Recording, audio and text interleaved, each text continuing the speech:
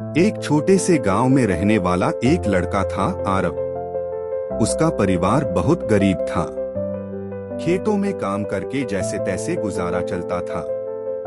लोग अक्सर कहते, इसकी किस्मत ही खराब है, इससे कुछ नहीं होगा। आरव ने भी ये मान लिया था कि वो कुछ खास नहीं कर सकता। एक दिन गांव में एक साधु बाबा आए। उन्होंने लोगों से कहा, तुम्हारी किस्मत वहां खत्म होती है जहां तुम्हारी सोच रुकती है।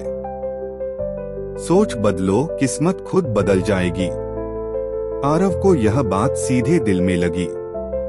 उस रात उसने आसमान की ओर देखा और खुद से एक वादा किया, अब मैं अपनी किस्मत खुद बनाऊंगा। आरव सुबह 4 बजे उठता है, मेहनत करता है। उसने खेतों में काम करना बंद नहीं किया, लेकिन खाली समय में किताबें पढ़ने लगा। गांव के स्कूल में वो सबसे पीछे बैठता था, लेकिन अब सबसे पहले आता था। लोगों ने मजाक उड़ाया, अरे भैया, खेती करो, किताबें पढ़ने से कुछ नहीं होगा। लेकिन आरव की सोच अब बदल चुकी थी।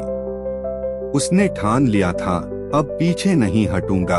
वह टूटे पन्नों वाली किताब से पढ़ रहा है, मिट्टी पर गणित के सवाल हल कर रहा है। कुछ सालों बाद आरव ने स्कॉलरशिप से शहर की एक बड़ी यूनिवर्सिटी में दाखिला लिया।